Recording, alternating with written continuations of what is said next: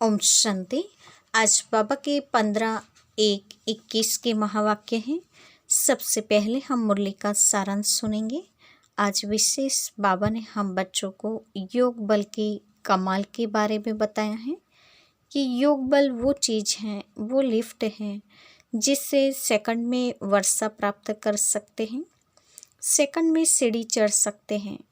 सीढ़ी उतरने में 5000 साल भले लगे, लेकिन चढ़ने में सेकंड की बात इसलिए है क्योंकि ये योग बल की कमाल है। योग से आत्मा शतोप्रधान बनती है, योग से आत्मा के पाप कट होते हैं। भक्ति में बाबा ने कहा, तुम जिसको याद करते हैं वो बाप अभी आया हुआ है। इस पढ़ाई से वापस हम बच्चों को देवी देवता पद की प्राप्ति कराने। बाबा ने कहा, मैं तुम्हें स्वर्ग की बादशाही देता हूँ, तो तुम्हें पवित्र जरूर बनना चाहिए। सच्ची सच्ची यात्रा अभी याद की बाप सिखलाते हैं। बाप की सही पहचान अभी हम बच्चों को मिली है, तो हमें ये सही पहचान औरों को भी देनी चाहिए। जैसे तुम बाबा ने कहा मुझे मिले, वैसे औरों को भी शिव बाबा से मिलाने की कोशिश करनी चाहिए। शिव बाबा आज जादूगर, रत्नागर, सौदागर, धोबी, सोनार और वकील बनकर आए हैं, तो इस सभी संबंध से बाबा को याद करना है। साथ ही बाबा ने बताया कि अभी तुम बच्चों को निर्विकारी बनना है, क्योंकि 63 जन्म विकार में गए। अब अंतिम जन्म पवित्र बनना है।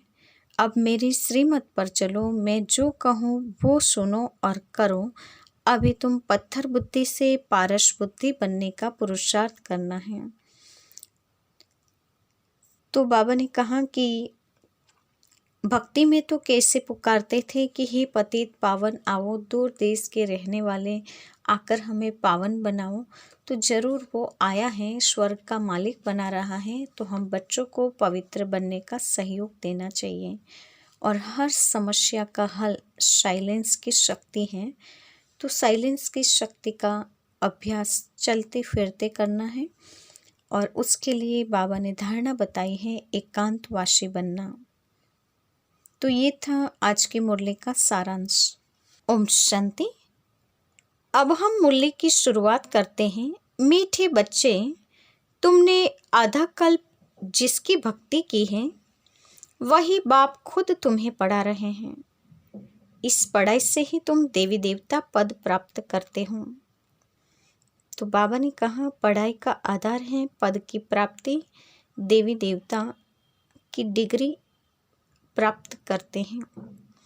आज का प्रश्न है, योग बल के लिफ्ट की कमाल क्या है? योग बल के लिफ्ट की कमाल क्या है? उत्तर है, तुम बच्चे योग बल की लिफ्ट से सेकंड में ऊपर चढ़ जाते हो, अर्थात सेकंड में जीवन मुक्ति का वर्षा तुम्हें मिल जाता है। तुम जानते हो, सीढ़ी उतरने में 5000 वर्ष लगे और चढ़ते हैं 1 सेकंड में। यही तो है योग बल की कमाल। बाप की याद से सब पाप कट जाते हैं, आत्मा सतोप्रधान बन जाती है। ओम शांति। रूहानी बाप रूहानी बच्चों को बैठ समझाते हैं। रूहानी बाप की महिमा तो बच्चों को सुनाई है। वह ज्ञान का सागर, सच्चित आनंद स्वरूप है, शांति का सागर है। उनको सब बेहद की सिफतें दी जाती हैं। अब बाप हैं ज्ञान का सागर, और इस समय जो भी मनुष्य हैं सब जानते हैं हम भक्ति के सागर हैं। भक्ति में जो सबसे तीखा होता है उनको मान मिलता है। इस समय कलयुग में है भक्ति दुख, सतयुग में है ज्ञान का सुख। ऐसे नहीं कि वहाँ ज्ञान है, तो यह महिमा सिर्फ एक ही बाप की है, और बच्चों की महिमा भी है, क्योंकि बाप बच्चों को पढ़ाते हैं अथवा यात्रा सिखलाते हैं। बाप ने समझाया है 2 यात्राएं हैं। भक्त लोग तीर्थ करते हैं, चारों तरफ चक्र लगाते हैं, तो जितना टाइम चारों तरफ चक्र लगाते हैं उतना टाइम विकार में नहीं जाते हैं। शराब आदि छीछी कोई चीज़ नहीं खाते पीते हैं। कभी बद्रीनाथ तो कभी काशी चक्र लगाते हैं, भक्ति करते हैं भगवान की। अब भगवान तो एक होना चाहिए ना, सब तरफ तो चक्र नहीं लगाना चाहिए। शिव बाबा के तीर्थ का भी चक्र लगाते हैं। सबसे बड़ा बनारस का तीर्थ गाया हुआ है, जिसको शिव की पूरी कहते हैं। चारों तरफ जाते हैं, परंतु जिनका दर्शन करने जाते हैं अथवा जिनकी भक्ति करते हैं उनकी ही बायोग्राफी या ऑक्यूपेशन का किसी को भी पता नहीं है। इसीलिए उनको कहा जाता है अंधश्रद्धा। किसकी पूजा करना, माथा टेकना और उनकी जीवन कहानी को न जानना, उसको क्या कहा जाता है? ब्लाइंड फेथ, अंधश्रद्धा। घर में भी मनाते हैं, देवियों की भी कितनी पूजा करते हैं। मिट्टी की व पत्थर की देवियाँ बनाकर उनको बहुत श्रृंगारते हैं। समझो लक्ष्मी का चित्र बनाते हैं। उनसे पूछो इनकी बायोग्राफी बताओ तो कहेंगे सतयुग की महारानी थी, त्रेता की फिर सीता थी। बाकी इन्होंने कितना समय राज्य किया, लक्ष्मी नारायण का राज्य कब से कब तक चला, यह कोई भी नहीं जानते हैं। मनुष्य भक्ति मार्ग में यात्रा पर जाते हैं। यह सब है भगवान से मिलने के उपाय। शास्त्र पढ़ना यह भी उपाय है भगवान से मिलने के लिए। परंतु भगवान है कहाँ? कहेंगे वह तो सर्वव्यापी है। अभी तुम जानते हो पढ़ाई से हम यह देवी देवता बनते हैं। बाप खुद आकर पढ़ाते हैं। जिसके मिलने लिए आधा कल्प भक्ति मार्ग चलता है। कहते हैं बाबा पावन बनाओ और अपना परिचय भी दो कि आप है कौन। बाबा ने समझाया है कि तुम आत्मा बिंदी हो। आत्मा को ही यहाँ शरीर मिला हुआ है, इसीलिए यहाँ कर्म करती हैं। देवताओं के लिए कहेंगे कि यह सतयुग में राज्य करके गए हैं। क्रिश्चियन लोग तो समझते हैं बरोबर गॉडफादर ने पैराडाइज स्थापन किया, हम उसमें नहीं थे। भारत में पैराडाइज था। उन्हों की बुद्धि फिर भी अच्छी है। भारतवासी सतोप्रधान भी बनते हैं तो फिर तमोप्रधान भी बनते हैं। वह इतना सुख नहीं देखते तो दुख भी इतना नहीं देखते हैं। अभी पिछाड़ी के क्रिश्चियन लोग कितना सुखी हैं। पहले तो वह गरीब थे। पैसा तो मेहनत से कमाया जाता है ना। पहले एक क्राइस्ट आया, फिर उनका धर्म स्थापन होता है। वृद्धि होती जाती है, 1 से 2, 2 से 4, फिर ऐसे वृद्धि होती जाती है। अभी देखो क्रिश्चियन का झाड़ कितना हो गया है। फाउंडेशन तो है देवी देवता घराना, वह फिर यहाँ इस समय स्थापन होता है। पहले एक ब्रह्मा, फिर ब्राह्मणों की एडॉप्टेड संतान वृद्धि को पाते हैं। बाप पढ़ाते हैं तो बहुत ढेर ब्राह्मण हो जाते हैं। पहले तो यह एक था, एक से कितनी वृद्धि हुई, कितनी होने की है। जितने सूर्यवंशी चंद्रवंशी देवताएं थे उतने सब बनने के हैं। पहले हैं एक बाप, उनकी आत्मा तो है ही। बाप की हम आत्माएं संतान कितनी हैं? हम सब आत्माओं का बाप एक अनादि है। फिर सृष्टि चक्र फिरता रहता है। सब मनुष्य तो सदैव नहीं है ना। आत्मा को भिन्न भिन्न पार्ट बजाना है। इस झाड़ का पहले पहले थूर है देवी देवताओं का, फिर उनसे ट्यूब निकले हैं। तो बाप बैठ बच्चों को समझाते हैं, बच्चों मैं आकर के क्या करता हूँ। आत्मा में ही धारणा होती है। बाप बैठ सुनाते हैं मैं आया कैसे। तुम सब बच्चे जबकि पतित बने हो तो याद करते हो। सतयुग त्रेता में तो तुम सुखी थे तो याद नहीं करते थे। द्वापर के बाद जब दुख जास्ती हुआ तब पुकारा, हे परमपिता परमात्मा। हाँ बच्चों, सुना, क्या चाहते हो? बाबा आकर पतितों को पावन बनाओ। बाबा, हम बहुत दुखी और पतित हैं, हमको आकर पावन बनाओ, कृपा करो, आशीर्वाद करो। तुमने मुझे पुकारा है, बाबा आकर पतितों को पावन बनाओ। पावन सतयुग को कहा जाता है। यह भी बाप खुद बैठ बतलाते हैं। ड्रामा के प्लान अनुसार जब संगम युग होता है, सृष्टि पुरानी होती है, तब मैं आता हूँ। तुम समझते हो, सन्यासी भी दो प्रकार के हैं। वह हैं हठयोगी, उनको राजयोगी नहीं कहा जाता। उन्हों का है हद का सन्यास, घर बार छोड़ जाए जंगल में रहते हैं, गुरुओं के फॉलोअर्स बनते हैं। गोपीचंद राजा के लिए भी एक कथा सुनाते हैं। उसने कहा, तुम घर बार क्यों छोड़ते हो, कहाँ जाते हो? शास्त्रों में बहुत कुछ कहानियाँ हैं। अभी तुम बी के राजाओं को भी जाकर ज्ञान और योग सिखलाते हो। एक अष्टावक्र गीता भी है, जिसमें दिखाते हैं राजा को वैराग्य आया, बोला हमको कोई परमात्मा से मिलाए, ढिंढोरा पिटवाया। वह यही समय है, तुम जाकर राजाओं को ज्ञान देते हो ना, बाप से मिलाने के लिए। जैसे तुम मिले हो तो औरों को भी मिलाने की कोशिश करते हो। तुम कहते हो हम तुमको स्वर्ग का मालिक बनाएंगे, मुक्ति जीवन मुक्ति देंगे। फिर उनको बोलो शिव बाबा को याद करो और कोई को नहीं। तुम्हारे पास भी शुरू में बैठे बैठे एक दो को देखते ध्यान में चले जाते थे ना, बड़ा वंडर लगता था। बाप था इनमें तो वह चमत्कार दिखाते थे, सबकी रस्सी खींच लेते थे। यानी ब्रह्मा बाप में शिव बाबा थे तो सबको चमत्कार दिखाते थे, रस्सी खींच लेते थे। बाप दादा इकट्ठे हो गए ना, कब्रिस्तान बनाते थे। सब बाप की याद में सो जाओ, सब ध्यान में चले जाते थे। यह सब शिव बाबा की चतुराई थी। इसको फिर कई जादू समझने लगे। यह था शिव बाबा का खेल।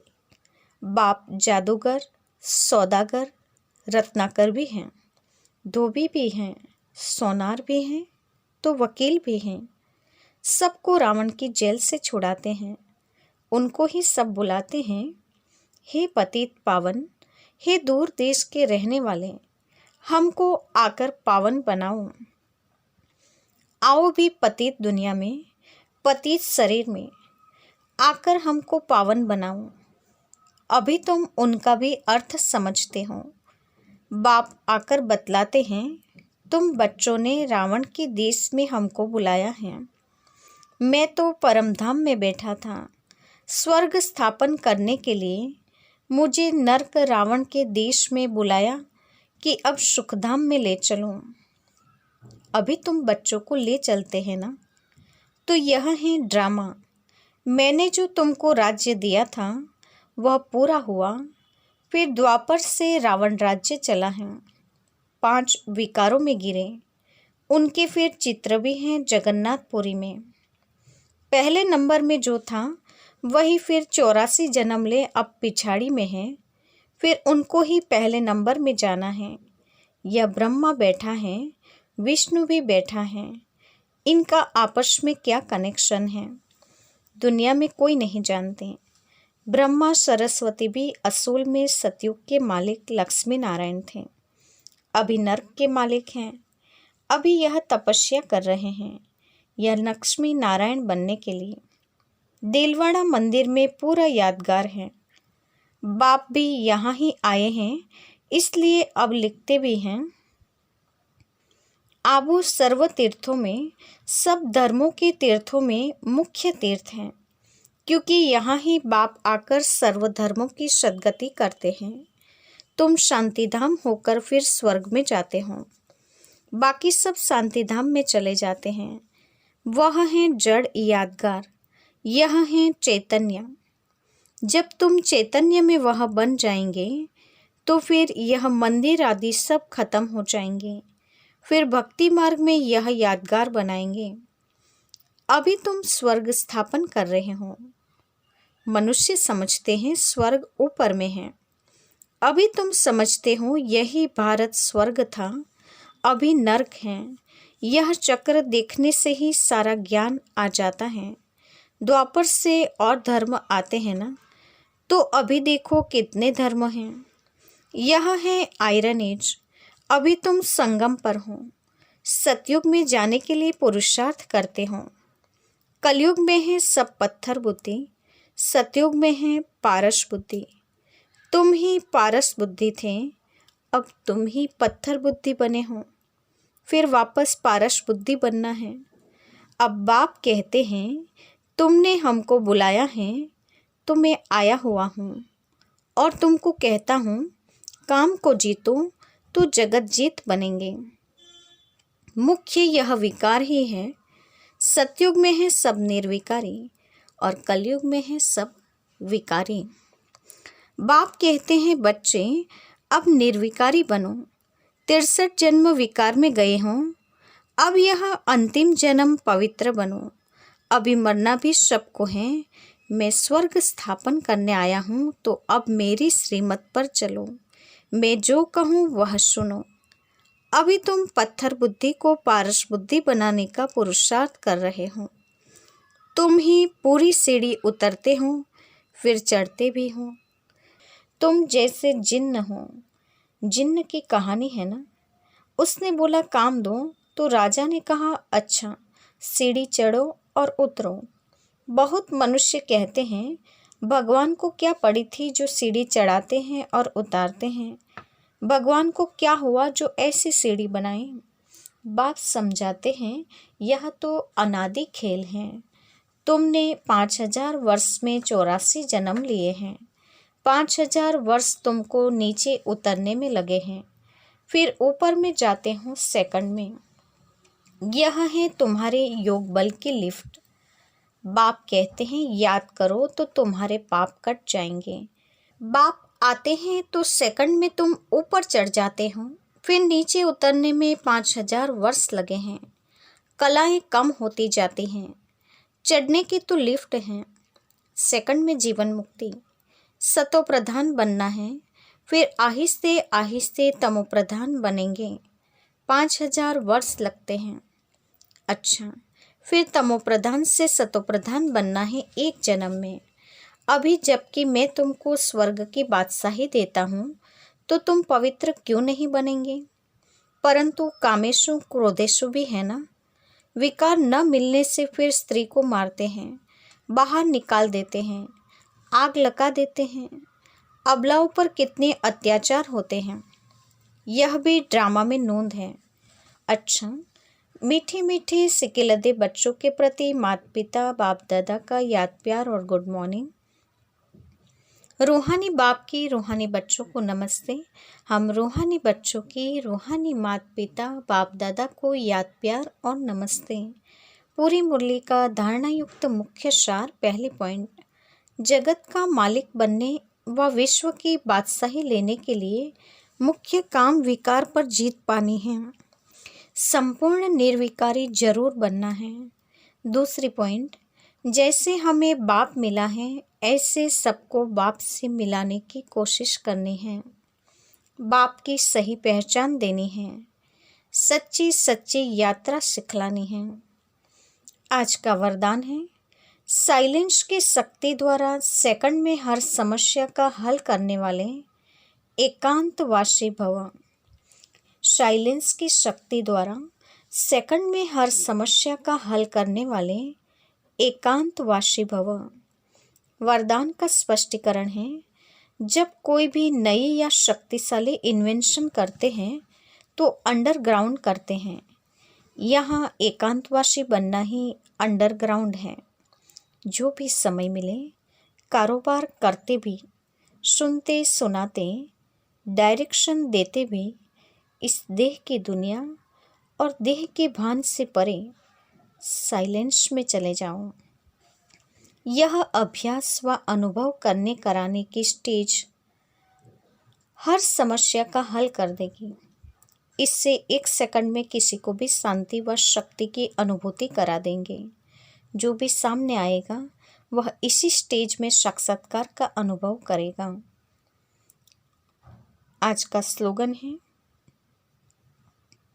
व्यर्थ संकल्प व विकल्प से किनारा कर आत्मिक स्थिति में रहना ही योग युक्त बनना है। व्यर्थ संकल्प व विकल्प से किनारा कर आत्मिक स्थिति में रहना ही योग युक्त बनना है। आज के मुख्य पॉइंट्स हैं। आज विशेष बाबा ने हम बच्चों को बताया है कि तुमने भक्ति मार्ग में जिसकी भी भक्ति की है वो भक्ति का फल तुम्हें अभिज्ञान ये पढ़ाई दे रहा है, जिससे तुम देवी देवता पद की प्राप्ति कर लेते हो। आज विशेष बाबा ने योग के सब्जेक्ट पर भार दिया है और बाबा ने कहा योग बल की लिफ्ट से तुम ऊपर चढ़ जाते हो, सेकंड में जीवन मुक्ति का वर्षा प्राप्त कर लेते हो। इस याद के बल से ही तो पाप कटते हैं और तुम सतो प्रधान बन जाते हो। बाबा ने कहा भक्ति में मिट्टी या पत्थर की देवियों को कितना श्रृंगारते थे, लेकिन फिर भी उनकी बायोग्राफी को तो नहीं जानते थे। तो ये तो ब्लाइंड फेथ वाली बात हुई, अंधश्रद्धा हो जाती है। साथ ही आज बाबा ने विशेष हम बच्चों को बताया कि हमें बाप मिला है, ऐसे सबको बाप से मिलाने की कोशिश करनी है, बाप की सही पहचान देनी है, सच्ची यात्रा भी सिखलानी है और सभी समस्या का हल बताया। एकांतवासी बन के साइलेंस में चले जाना, देह और देह की भान से परे होकर साइलेंस की अनुभूति करने से हर समस्या का हल मिल जाएगा। व्यर्थ के संकल्प विकल्प से किनारा करेंगे, आत्मिक स्थिति में रहना, यही बाबा ने योग युक्त स्थिति बताया है। अच्छा, ओम शांति।